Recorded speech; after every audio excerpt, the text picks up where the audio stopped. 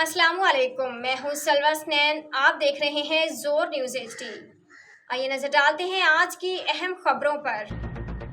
खबरों का सिलसिला आगे बढ़ाते हुए खबर शामिल करते हैं जोर न्यूज़ के नुमाइंदा तहसील रिपोर्टर कानपुर से अली हैदर। थाना सिटी कानपुर में तैनात SHO जाम आफ्ताब अहमद का आला एजाज। उन्होंने महकमाना डी कोर्स रीजन भर में अव्वल पोजीशन हासिल की।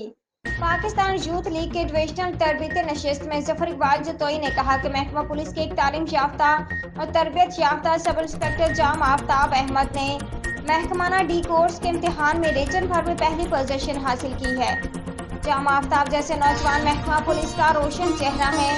उन्होंने अपनी काबिलियत की बुनियाद पर एक बार फिर जिला रहमशहर खान की पुलिस का नाम रोशन किया।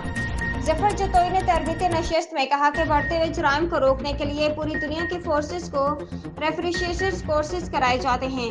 पाकिस्तान के माशी हालात के पेश नज़र फोर्सेस में मुतहरिक और फाल कारकुनों को जदीद तरबियत मुहैया करने का जो आगाज हुआ है, इसके बेहतर नताइज मिलने की बदौलत सब इंस्पेक्टर्स को भी जदीद तरबियत मुहैया की जा रही है, जिनमें जाम आफ्ताब अहमद और जिला रहमशहर खान के दीगर सब इंस्पेक्टर्स को भी शामिल किया गया है।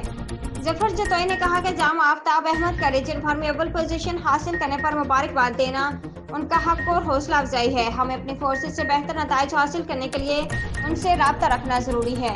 आज के लिए इतना ही। मजीद खबरों और अपडेट्स के लिए देखते रहें जोर न्यूज़ HD।